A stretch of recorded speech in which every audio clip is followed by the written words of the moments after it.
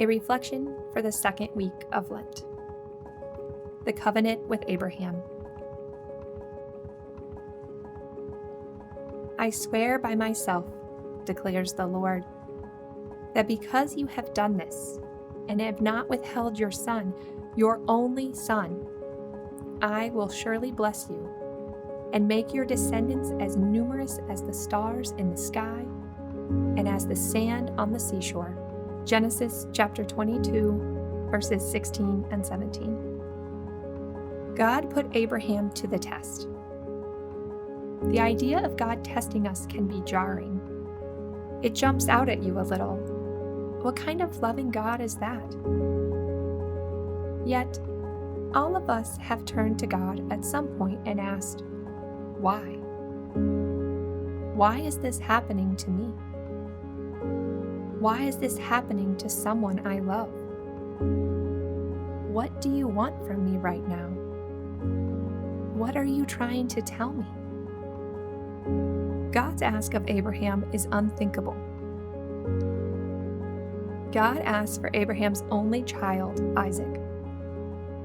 Isaac, the only son of a long barren couple. Isaac, child of laughter and God's promise. Isaac, the child whose ancestry is destined to become a great nation. Why would God go back on that promise in such a heartbreaking way? The horror it brings to us, and must have brought Abraham, is enough for anyone to question their commitment to God. If this is the cost of God's covenant, is it worth it? The odd truth that peeks out from the corners of this traumatic story is that God wants all of us. Everything. That which we love dearly, the wounds we hide, the struggles we hold. There is nothing in us or of us that God does not desire. And God withholds nothing from us. It is all there for us. In this covenant, we are invited to share the same kind of love that God pours out onto us. We must love with hands open to giving all that we have. The love of one's child is not lost on God. In the baptism of Jesus, we hear God's voice clearly stating, "This is my beloved Son." The message may have been less for Jesus, and more so for the watchers. In other words, I love you all so much that I have given you my very self, as you are in your humanity.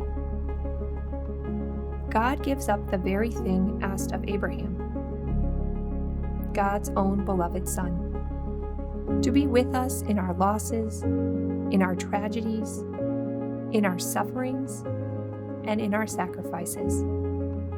God sees and holds that which we give up, whether we are willing, reticent, or resistant. The other part of the truth, though, is that God does not want to take away the gifts and joys in our life. An angel saves Isaac, and a lamb is sacrificed instead. God's test for Abraham was to be open and willing, to trust fully and completely. It is the same test that faces each of us today. It is simple, and yet simultaneously difficult. How far does our love and trust in God extend? Do we trust God with our path, with our families, with our deepest selves? Or do we seek to control and protect? Do we limit out of fear? We can't always know where God is leading us. We can't see what's on the other end of the sacrifice, or what will happen after the storm has passed. Our call is not to see, but to open to God, to withhold nothing from God. In this, we may be able to see where we are being led. Indeed, we might see what we weren't looking for, and come to a different understanding of the things we do not expect.